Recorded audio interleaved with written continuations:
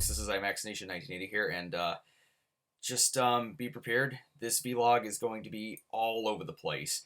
It's going to be stuff that I've had for years and haven't shown on YouTube, and there's so many complicated reasons why I haven't shown these things, so yeah, bear with me. I'm going to be showing a ton of things. One of which is something that I got last autumn. I got it at a car show / swap meet, and I think it's one of the coolest additions to my Disney video collection. So, without further ado, let's get started. Alright, so this I feel is a really big addition to my Disney video collection, my Disney video cassette collection, which consists of all my Disney VHS and beta tapes. Last autumn, like I said earlier, if you have never followed me on Instagram in the past and didn't look through my photos, you won't know that I've had this, but I am finally showing it here on YouTube for the first time. My first ever Disney Laserdisc. We've got the sort of kinda classics edition of Bambi, and I'm going to assume that this was released the same day as the VHS and beta tape, September 28th, 1989. And as you can see, the artwork is cropped. The VHS cover shows more. Here we got the VHS cover, which shows Friend Al up here, among some other things. So, I don't know why they cropped the artwork. I wonder how big the original artwork was to begin with. Like, was it bigger than the VHS cover? I mean, if so, how come they couldn't just fit everything onto the cover? Well, no worries. It's still a very nice cover because the Classic series had very, very, very nice covers. I say sort of kind of Classics edition because with the Laserdiscs, early on they would have the Classics diamond that we all know and love. But later Classics editions on Laserdisc would not have the Classics logo on the packaging, and oftentimes they would open with the 1986 Walt Disney Home Video logo.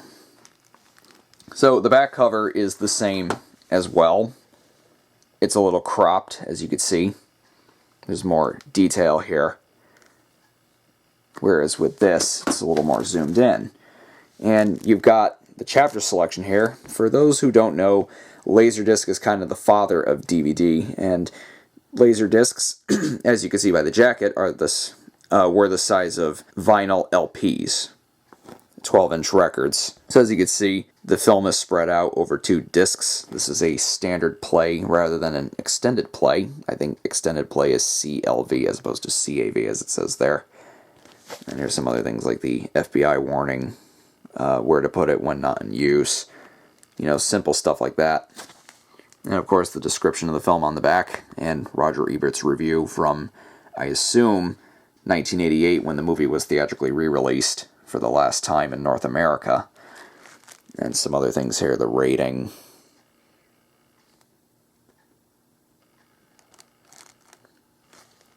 And also the running time and such. So yeah, I'm very, very happy that I have a Laserdisc in my Disney video collection. I've always wanted to get a Laserdisc, and I'm glad that I got one of Bambi, because Bambi is one of my all-time favorite Disney animated films, and just one of my favorite films, period. So let's have a look at the discs themselves. As you can see, the Classics logo is nowhere to be seen here. And I have no idea how it opens. I don't know if it opens with the Walt Disney Home Video logo or the Classics logo. I haven't seen a video on YouTube that shows what the opening of the Bambi Laserdisc is like. I doubt it has the Little Mermaid trailer on it that the VHS has. So yeah, side 1, side 2. And here's some additional information on the labels that's probably on the back cover, but I figured I'd show it anyways. So side 1, side 2. Since Bambi is a pretty short film, it only had to be spread out over 3 sides. The 4th side is completely blank. Very interesting. I kind of hope to get a Laserdisc player one day, because Laserdisc was supposed to have some pretty darn good picture quality for its time, and also I just want to be able to play this thing instead of having it just sit on my shelf. So yeah, I got that at the car show / flea market last autumn. And will I get more Disney Laserdiscs? That's debatable. If I come across one, maybe I'll add it. I mean, I probably bought this for $1, not even. I don't even remember the price. Although when it first came out, it was $39.95. Different times. And also this is the side of it. Not much here. Because, you know, this is a disc jacket rather than a case, so not too much detail here other than the title and Walt Disney Home Video and whatnot. So yeah, I'm happy to finally have a Disney Laserdisc in my collection. So now moving on to some other cool things. So around, I want to say summer 2012, my stepdad, I think he came home from a swap meet, and he brought me home a little something. That little something is a stack of ColecoVision games. And no, I don't have a ColecoVision. If I got a ColecoVision, I would have definitely made a vlog about it. So here are the games I have. We got Gorf. That's an arcade game, and this is basically the port of it. It was originally a Midway title. So yeah, got Gorf there. Next up is Venture. I don't know much about this game, but okay, so judging by the label, it apparently was an Exidy title, and Exidy was sort of an infamous arcade game company. They had gotten in trouble in 1976 with the game Death Race, which was a game where you ran over zombies, but because it was made in 1976, the zombies were depicted as little pixelated stick figures, and I guess that led to people believing that you were running over people instead of zombies, but no, you were running over zombies. And the game had gotten a lot of controversy, and I think it was probably the first video game to attract such controversy. They even had a story about it on 60 Minutes back in the day.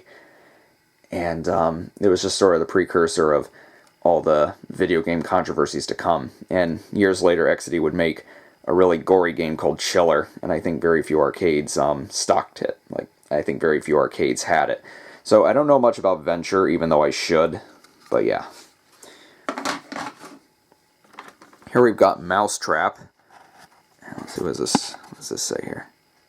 This is also an Exidy game, so I'm assuming it has nothing to do with the board game of the same name. Or I think they would have been credited. There would be like something, a copyright date or something. Who did the board game anyways? Wasn't it Milton Bradley or something? Yeah, if it was Milton Bradley, it would probably say copyright Milton Bradley. So yeah, we got Mousetrap. Don't know much about that game either. Here we got Smurf, Rescuing Gargamel's Castle. And this came out around the right time because Hanna-Barbera's Smurfs cartoon had launched in 1981, and I don't think this is the same Smurf game that Angry Video Game Nerd presented in his ColecoVision video from way back when, 2008. Oh yeah, I'll show you all the end labels too. That's right, end labels. Such great things to have. I mean, they're all pretty much what you expect them to be. So yeah, Smurf. And apparently this was developed by Coleco themselves. You can correct me on this stuff. Here we got Cosmic Avenger. Apparently this is also a... Okay, so apparently this game was made by Universal Interactive, or the 80s version of Universal Interactive. So it's very interesting. Cosmic Avenger. Yeah, I don't know much about this game either. Alright, here's a good one. A port of Donkey Kong Jr. Here's a classic right here. Very nice. Very nice. I think those latches were made to hold on to overlays. Here we've got War Games based on the film, as everyone knows, with Matthew Broderick. And this was for the ColecoVision and the Atom Family Computer System. If you remember at the end of the Angry Video Game Nerds episode on ColecoVision, he briefly went over the Atom computer. I think it was like something you could connect it to, very similar to how Sega had the 32X and the Sega CD for the Sega Genesis. And okay, here we go. These must be the overlays that they put on the controller because it was a numeric keypad. And I guess these things sort of held them just in case people had no place to put them. I don't know. It's a convenient way to save them. And I assume these overlays are for the War Games game itself, given the world map here and the plane and the rocket and everything. Yeah, that's kind of cool to have. And here we've got the original Donkey Kong.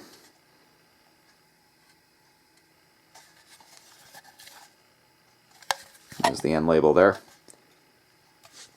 Kind of hope to get a ColecoVision one day just so I could play these games. And here we've got Frogger. Yeah, this cartridge is a little bit different in terms of the design and the way the label is shaped.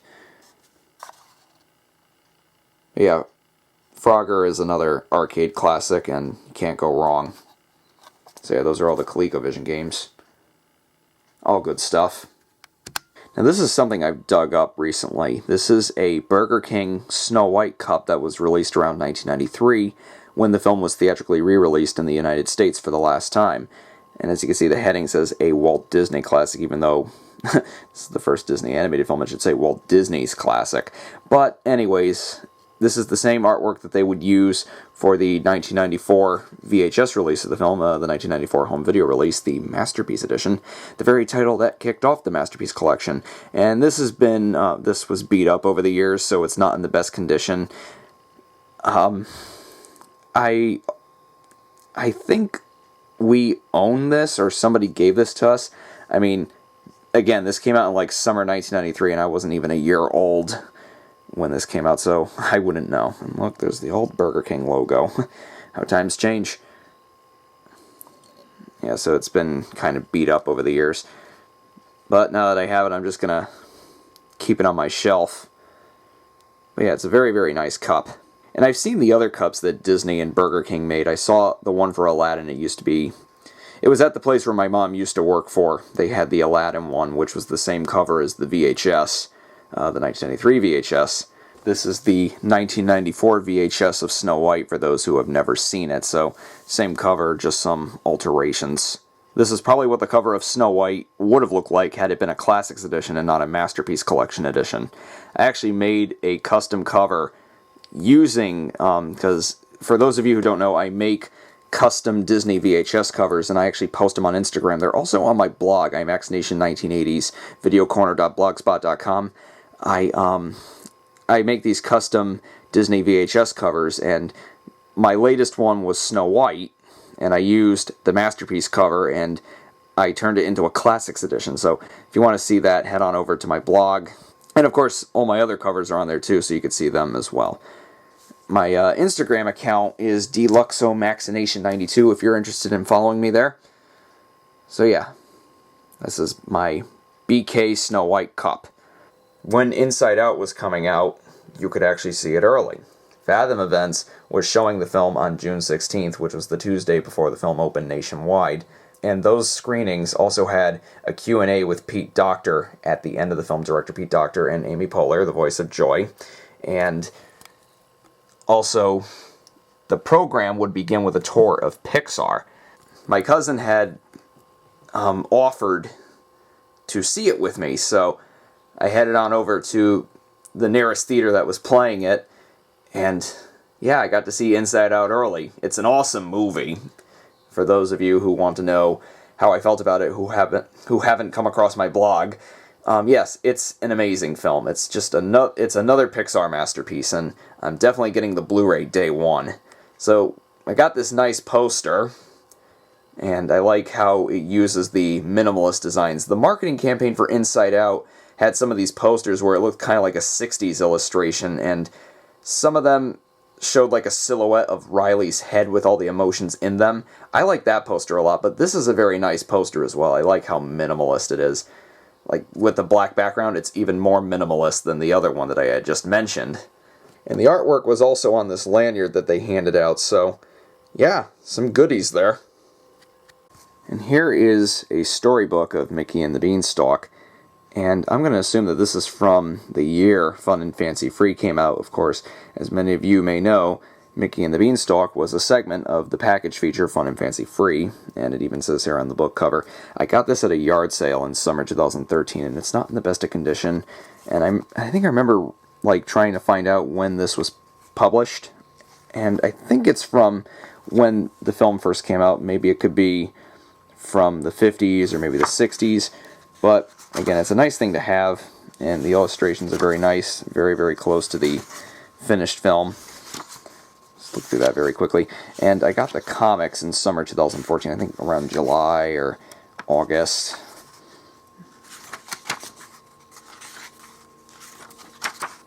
And again, it's not in the best of condition, but at least the pages are still intact and there's not too many rips.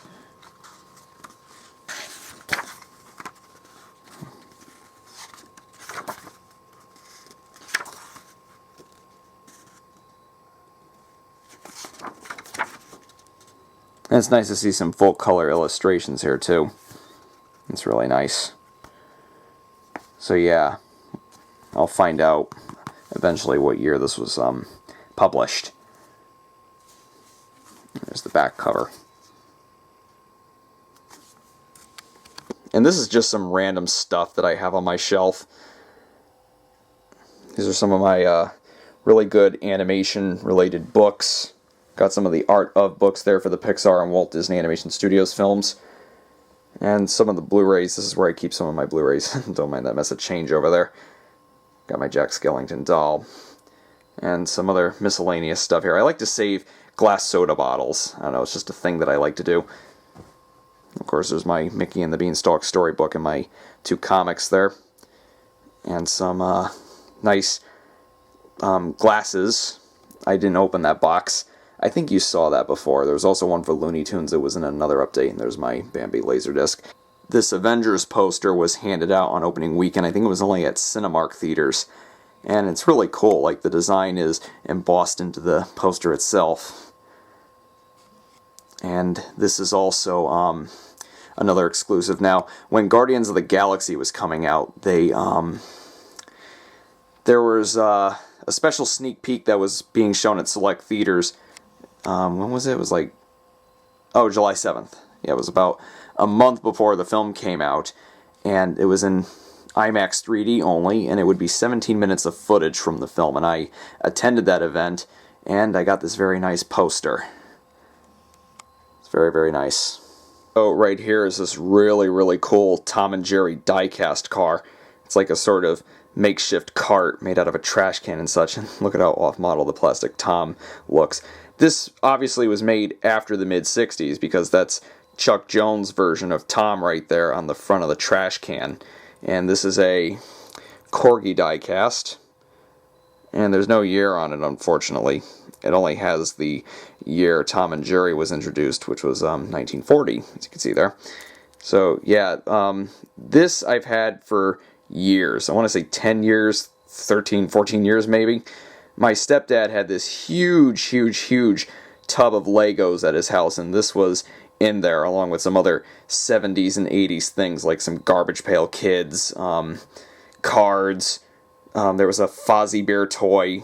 There's a couple things in there. Very retro stuff. Next time I go there, I'm gonna have to look through that tub again, because there were some pretty cool retro toys in there, and I want to see.